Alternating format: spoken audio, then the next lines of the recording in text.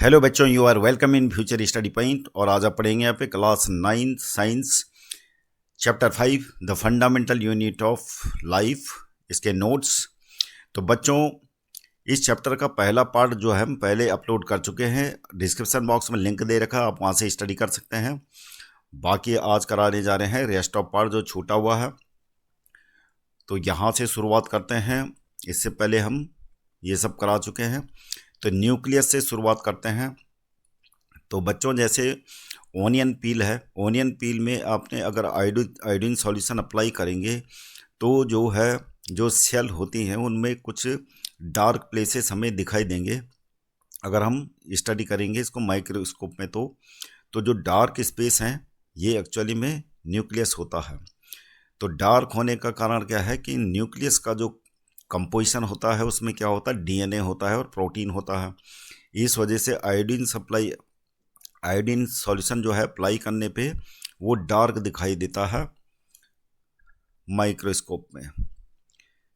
तो न्यूक्लियस बच्चों, न्यूक्लियस का फंक्शन क्या होता है, स्ट्रक्चर कैसे होता है इसका। The nucleus has a double layer covering called nuclear membrane.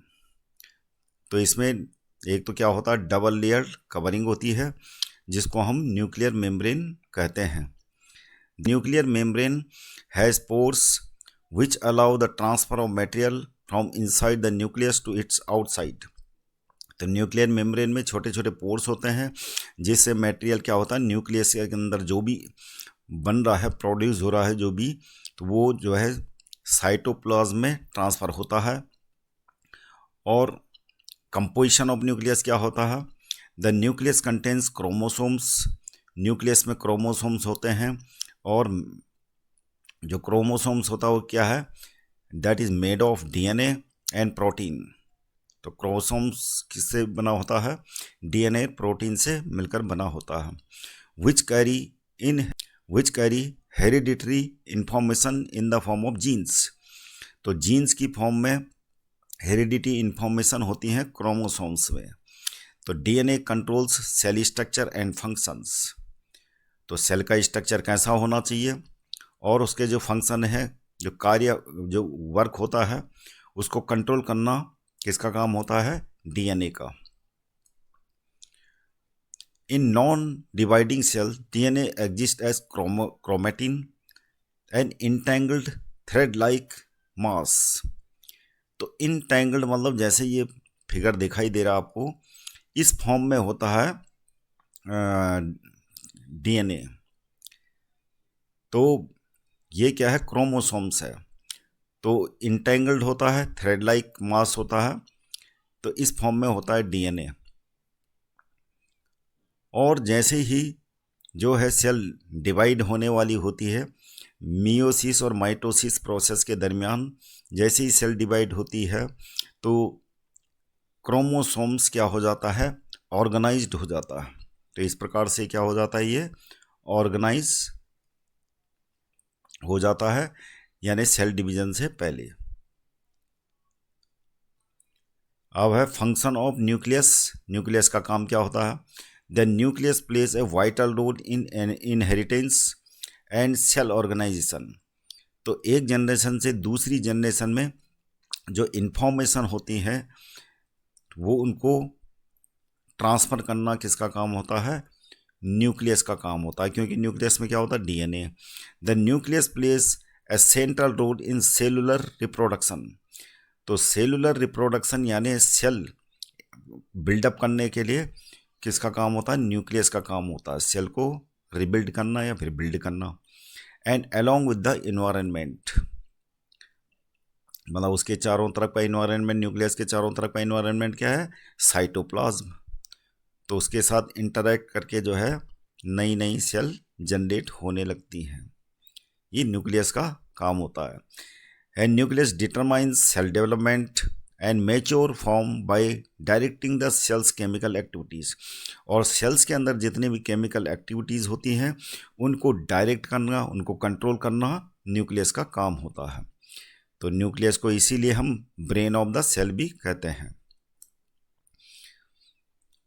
अब पढ़ते हैं जीन्स, डीएनए और क्रोमोसोम्स, जिनके बारे में जानना जरूरी है।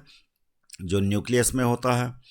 तो डीएनए क्या होता है? डीएनए का मतलब होता है deoxy ribo nucleic acid. What it is? A long molecule. तो डीएनए एक लॉन्ग मॉलिक्यूल होता है, शेप लाइक डबल हेलिक्स।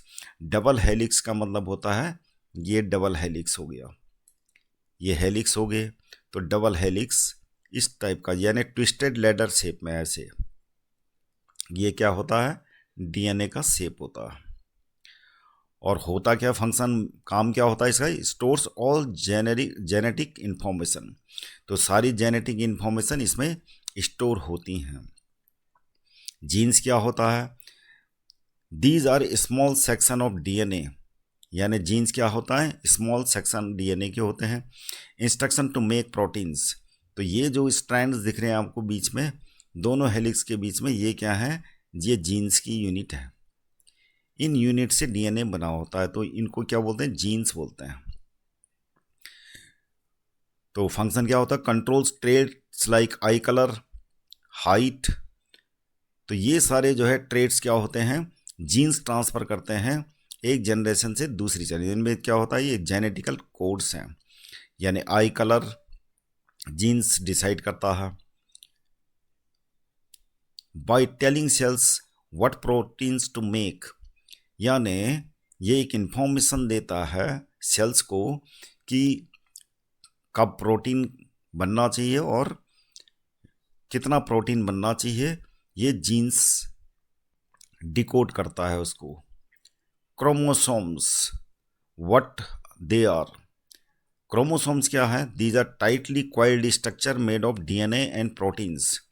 तो क्रोमोसोम्स क्या होता है? डीएनए और प्रोटीन से मिलकर बना होता है। फंक्शन क्या होता है इसका? Organize and protect DNA. तो डीएनए को प्रोटेक्ट करता है, especially during cell division, especially cell division के दरमियान। ह्यूमंस हैव 46 क्रोमोसोम्स, यानी 23 पेयर होते हैं इन ईच बॉडी सेल। प्रत्येक बॉडी सेल में क्या होते हैं? 46 क्रोमोसोम्स होते हैं, यानी 23 pairs. In brief we can say genes is a part of DNA. Genes क्या होता है? डीएनए का पार्ट होता है, और DNA is the building material of chromosomes.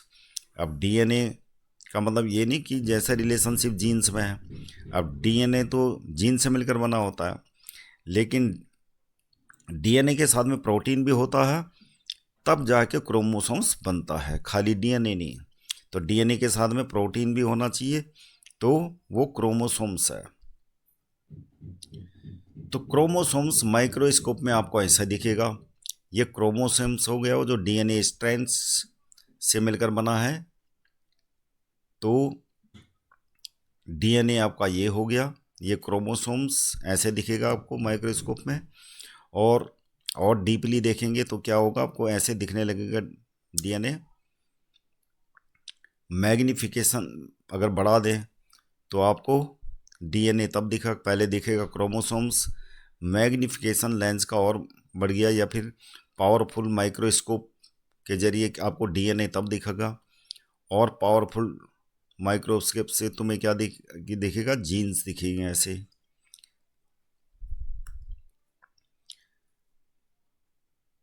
अब न्यूक्लियस के बेसिस पे दो टाइप की सेल्स होती हैं, prokaryotic cells and eukaryotic cells. तो प्रोकैरियोटिक सेल्स क्या होती है? In some organism like bacteria the nuclear region of the cell may be poorly defined due to the absence of nuclear membrane. तो जो sales ऐसी होती हैं जिनमें न्यूक्लियर मेम्ब्रेन नहीं होती, उनको क्या होता है? न्यूक्लियर रीजन में क्या होता है? खाली एक डीएनए होता है और न्यूक्लियर मेम्ब्रेन इसके से कवर नहीं होता। Such an undefined nuclear region containing only nucleic acid is called nucleoid. तो जिसमें खाली क्या होता है? न्यूक्लिक एसिड होता है, उसको न्यूक्लियोइड कहा जाता है।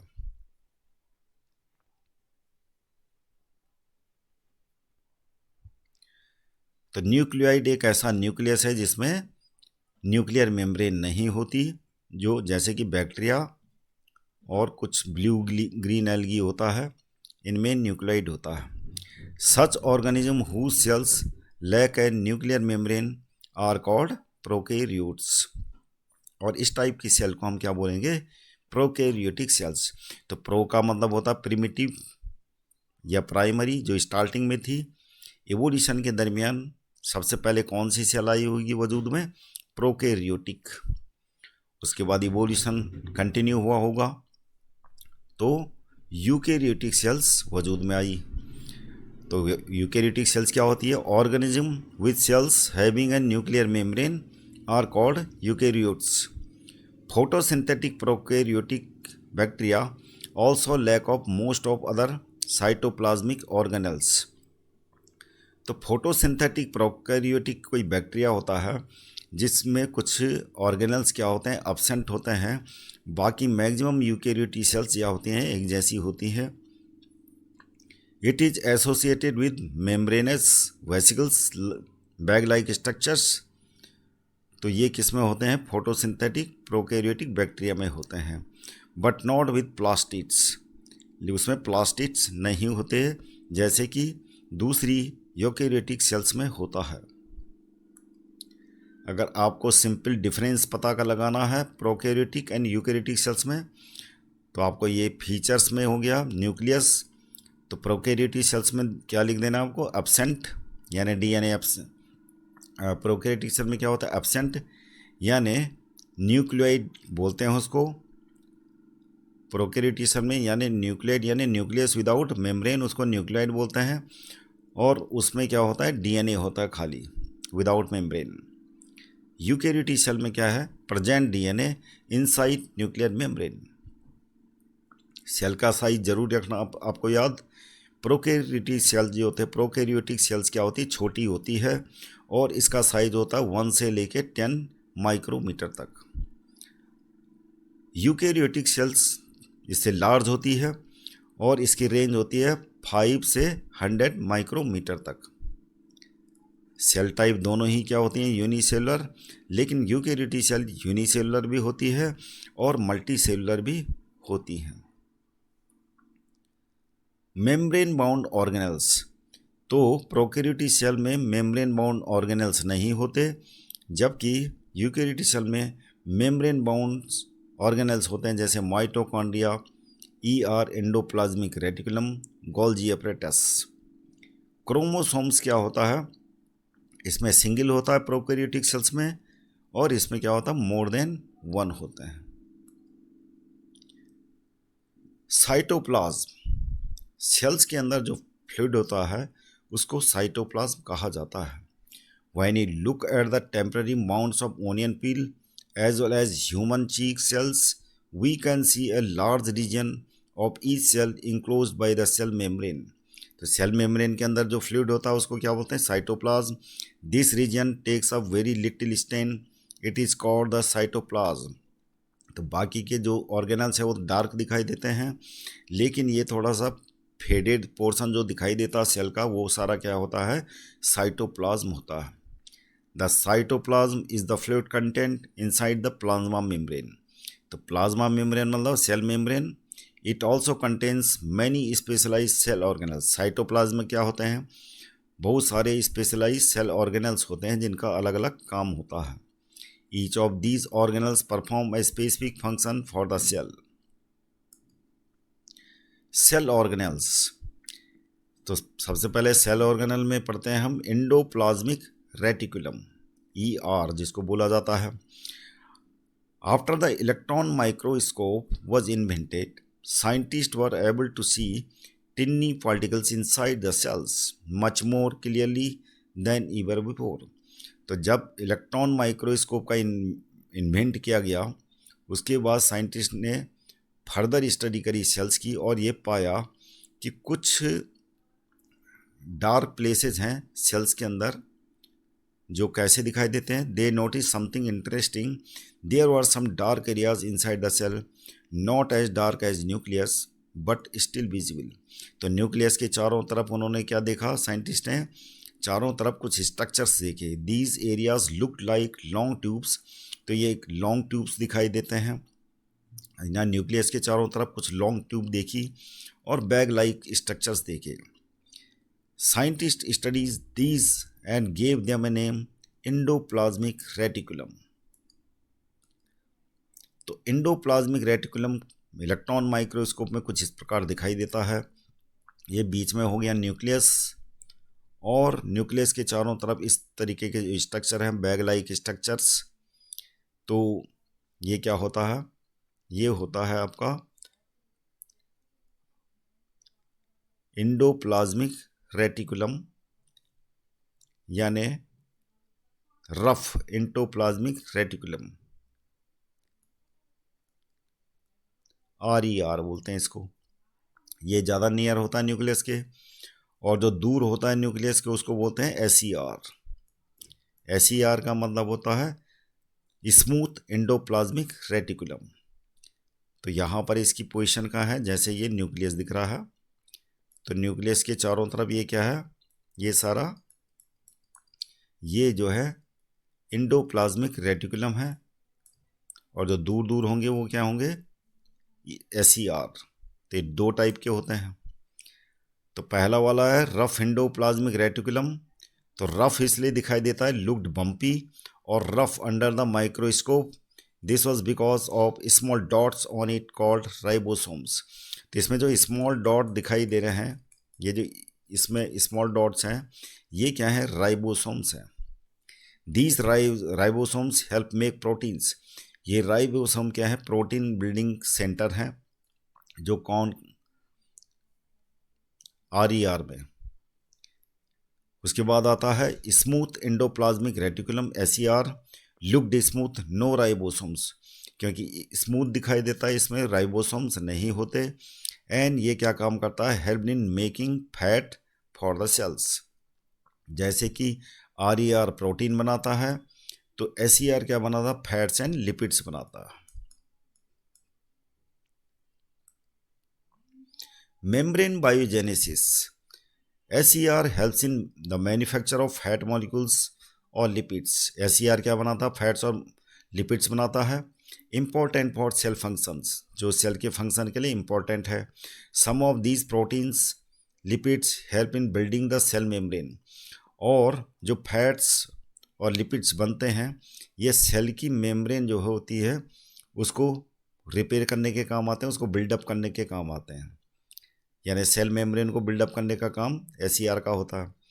इस प्रोसेस को क्या बोलते हैं, this process is known as membrane biogenesis. यानी सेल मेम्ब्रेन बनाने में फैट्स और लिपिड्स का इस्तेमाल होता है, और इस प्रोसेस को बोलते हैं membrane biogenesis. In liver cells of vertebrate animals, SER plays a crucial role in detoxifying many poisons and drugs. तो लीवर सेल्स जो होती हैं उसमें क्या होती हैं, SER का काम क्या होता है, जो पॉइजन्स और ड्रग्स होती हैं उनको डिटॉक्सिफाई करने के काम आता है। अगला है cell organelle Golgi apparatus। The Golgi apparatus first described by Camillo Golgi consist of a system of membrane bound vesicles. तो वेसिकल्स का मतलब बैग लाइक स्ट्रक्चर होते हैं, जो फ्लैटन सैक्स, जैसे ये है, ये फ्लैटन सैक्स हो गए, इस टाइप का होता है। तो इसको बोलते हैं vesicles. Arranged approximately parallel to each other in stacks called सिस्टर्न्स।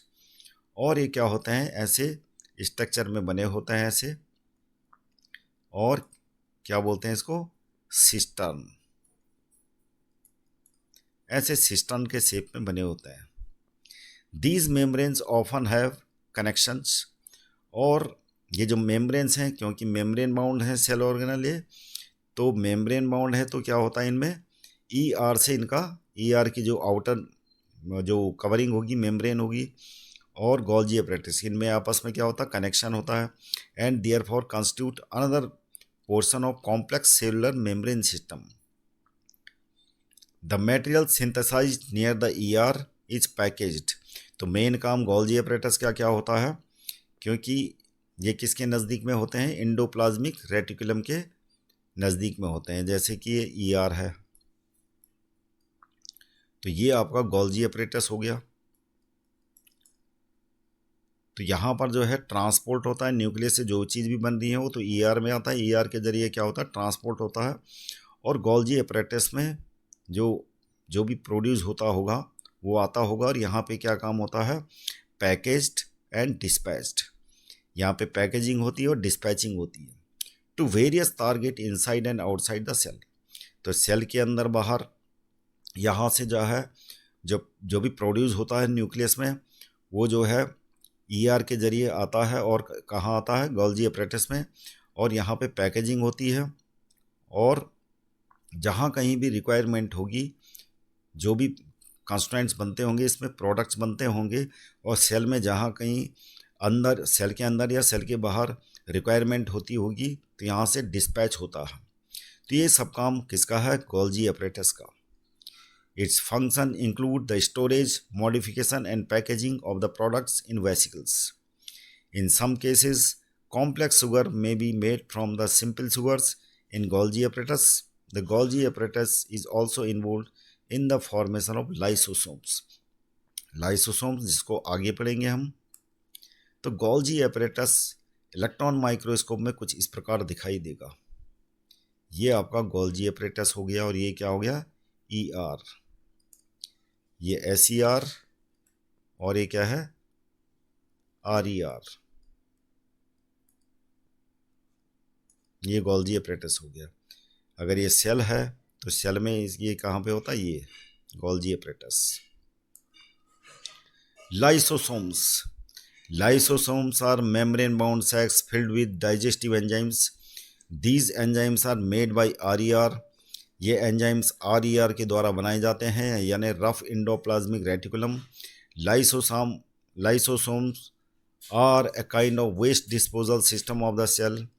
These help to keep the cell clean by digesting any foreign material as well as worn out cell organelles. तो कोई सेल्स अगर डेड हो गई अंदर, तो ये उस cell को क्या कर लेते हैं, डाइजेस्ट कर लेते हैं, या फिर फॉरेन कोई मटेरियल है तो उसको ये ब्रेक डाउन कर लेते हैं। लाइसोसोम के अंदर जो पावरफुल डाइजेस्टिव एंजाइम्स को ब्रेक डाउन कर देगा, और क्या कर देगा, foreign materials entering the cells such as bacteria और food as well as old organelles end up in the lysosome. और सेल के अंदर और भी जो ऑर्गेनल्स हैं ओल्ड हो जाते हैं, तो उनको जो है डाइजेस्ट करने का काम क्या होता है, लाइसोसोम्स का। और उसके बाद ब्रेक डाउन होके क्या हो जाता होगा, ये रिसाइकिल हो जाता होगा सेल में, और ये किस में आ जाता है, जो सेल की मेम्ब्रेन होती है, सेल मेम्ब्रेन ब्रेक डाउन करके वहाँ जो है सेल मेम्ब्रेन में या तो यूटिलाइज हो जाता होगा, या उसके ज़रिए एक्सक्रीट हो जाता होगा। तो इसको एक्जोसाइटोसिस भी कहा जाता है।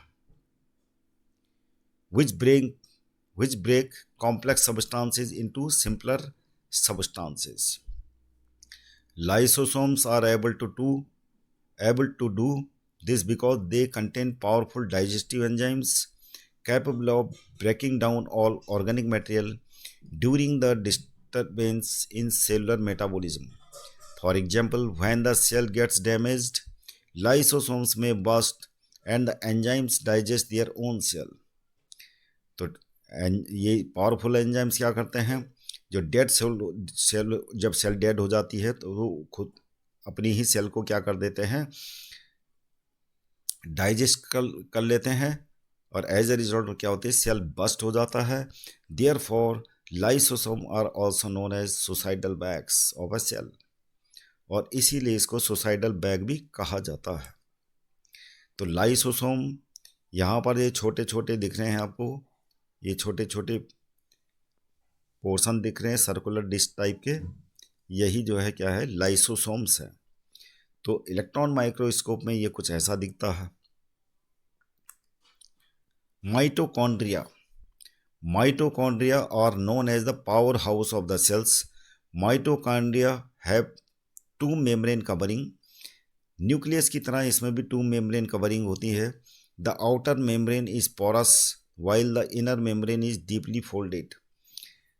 तो इनर मेम्ब्रेन डीपली फोल्डेड होती है, आउटर मेम्ब्रेन में क्या होते हैं, पोरस होते हैं, यानी छोटे छोटे पोर्स होते हैं।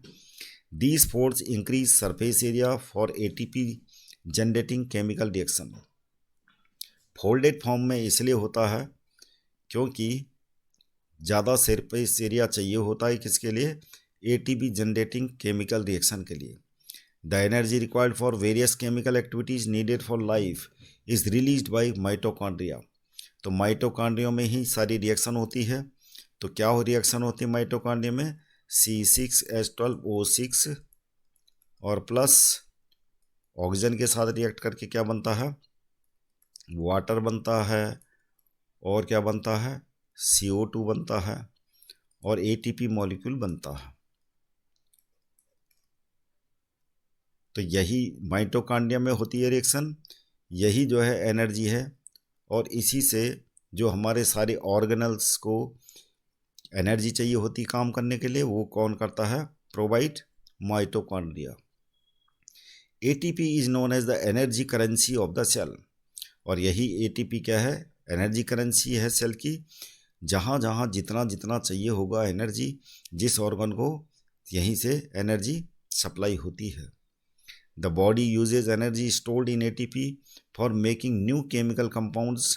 तो ये एनर्जी किसके लिए चाहिए, तो नए नए केमिकल कंपाउंड बनाने के लिए चाहिए होती है, फॉर मैकेनिकल वर्क चाहिए होती है। यानी इंसान जब कोई भी ऑर्गेनिज्म है फूड लेता है, ऑर्गन्स को चाहिए होती है एनर्जी काम करने के लिए, तो मैकेनिकल वर्क हो गया, उसके लिए भी एनर्जी की ज़रूरत होती है। माइटोकॉन्ड्रिया और strange organelles in the sense they have their own DNA and ribosomes. तो ये चीज़ याद रखने वाली है कि माइटोकॉन्ड्रिया के पास अपना DNA होता है और राइबोसोम्स होता है। Therefore mitochondria are able to make some of their own proteins. तो माइटोकॉन्ड्रिया अपना प्रोटीन खुद बना सकता है क्योंकि DNA है इस पे और राइबोसोम्स है। तो माइटोकॉन्ड्रिया आपका इलेक्ट्रॉनिक माइक्रोस्कोप के अंदर ऐसा दिखता है। Plastids. Plastids are present only in plant cells. There are two types of plastids, chromoplast, colored plastids, and nucleoplast, white or colorless plastids. Chromoplast containing the pigment chlorophyll are known as chloroplast. तो ऐसे pigment जिनमें chlorophyll होता है उनको क्या बोलते हैं, chloroplast बोलते हैं। Chloroplasts are important for photosynthesis in plants. Chloroplast also contain various yellow or orange pigments in addition to chlorophyll. Leucoplasts are primarily organelles in which materials such as starch, oils, and proteins granules are stored. The internal organization of the chloroplast consists of numerous membrane layers embedded in material called stroma. These are similar to mitochondria in the external structure. Like the mitochondria, plastids also have their own DNA and ribosomes. तो plastids जो plants में होते हैं इनमें भी DNA और ribosomes होते हैं अपने। तो प्लास्टिड्स कुछ ऐसा दिखाई देता है इलेक्ट्रॉन माइक्रोस्कोप में। Vacuoles. Vacuoles are the storage sacs for solid or liquid contents. Vacuoles are small sized in animal cells while plant cells have very large vacuoles. The central vacuole of the some plant cells may occupy 50 to 90% of the cell volume. तो इसमें vacuole जो है in comparison to animal cells large होते हैं। In plant cells vacuoles are full of cell sap and provide turgidity and rigidity to the cell. Many substances of importance in the life of plant cell are stored in vacuoles. These include amino acids, sugars, various organic acids and some proteins. ये सब vacuoles में क्या होते हैं, store होते हैं plant cell में। In single celled organism like amoeba, the food vacuoles contain the food items that the amoeba has consumed. तो अमीबा जो भी कंज्यूम करता है वो कहाँ पहुँच जाता है, वैक्यूल में पहुँच जाता है। In some unicellular organism specialised vacuoles also play important roles in expelling excess water and some waste from the cells. तो यूनिसेलुलर ऑर्गेनिज्म में जो वैक्यूल्स होते हैं उसके जरिए क्या होता है, जो एक्सेस वाटर होता है वो एक्सपेल होता है वैक्यूल के थ्रू, और कुछ वेस्टेज जो सेल में होते हैं जितना कंज्यूम होता है उसके बाद जो वेस्ट बच जाता है वैक्यूल्स के जरिए क्या होता है, एक्सपेल किया जाता है। ईच सेल हैज दस requires its structure and ability to function because of the organization of its membrane and organelles in specific ways. The cell thus has a basic structural organization. This helps the cells to perform function like respirations, obtaining nutrition, and clearing of waste materials or forming new proteins. Thus, the cell is the fundamental structural unit of living organism. It is also the basic functional unit of life. अभी plant cell में क्या दिख रहा है, vacuoles है। Cell division, new cells are formed in organism in order to grow, to replace old dead and injured cells and to form gametes required for reproduction. The process by which new cells are made is called cell division. There are two main types of cell division, mitosis and meiosis. The process of cell division by which most of the cells divide for growth is called mitosis. तो growth के लिए जब cell division होता है तो इस process को mitosis कहा जाता है। दोनों में डिफरेंस जानते हैं, माइटोसिस और meiosis. The process of cell division by which most of the cells divide for growth is called mitosis. In this process each cell called mother cell in this process, each cell called mother cells divides to form two identical daughter cell। तो ये mother cell क्या होती है, दो daughter cell में divide हो जाती है। The daughter cells have the same number of chromosomes as mother cell. It helps in growth and repair of tissues in organism. तो ग्रोथ के लिए, ऑर्गेनिज्म की ग्रोथ के लिए और टिश्यू की रिपेयर के लिए जब दो सेल का डिवाइड होती है तो उसको प्रोसेस को माइटोसिस कहा जाता है। Meiosis, specific cells of reproductive organs और tissues in animals and plants divide to form gametes which after fertilisation give rise to offspring. तो ऑफस्प्रिंग मतलब नेक्स्ट जनरेशन। तो जो है फर्टिलाइज करके न्यू बॉर्न जो भी होगा उसके लिए सेल डिवाइड होती है, जो गैमेट्स होता है। तो गैमेट इज ए सेल, और क्या होता है, गैमेट बनता है मियोसिस के जरिए। They divide by a different process called meiosis which involves two consecutive divisions. When a cell divides by meiosis it produces 4 new cells in state of just 2। तो कितनी सेल बनती हैं, 4 सेल्स बनती हैं। The new cells only have half the number of chromosomes than that of the mother cells. Can you think as to why the chromosomes number has reduced to half in daughter cell. तो इसके बारे में आप सोच सकते हो, और अगर कोई इसमें आपको कुछ पूछना है तो आप पूछ सकते हो। बाकी बच्चों आप कमेंट बॉक्स में सजेशन दे सकते हो। यहाँ पर जो भी चीज़ आपके समझ में नहीं आई तो हम सेपरेट वीडियो भी बना सकते हैं। जितनी भी ये प्रोसेसेस हैं, मियोसिस या फिर माइटोकॉन्ड्रिया, जितने सेल ऑर्गेनल हैं, कोई भी डीएनए हो गया, जीन्स हो गया, कहीं कन्फ्यूज़न रह गया हो तो आप कमेंट बॉक्स में लिख सकते हैं, हम उसका सेपरेट वीडियो बनाएंगे। तो बच्चों अगला वीडियो देखने के लिए चैनल को सब्सक्राइब कीजिएगा, लाइक कीजिएगा। Thank you very much for seeing this video.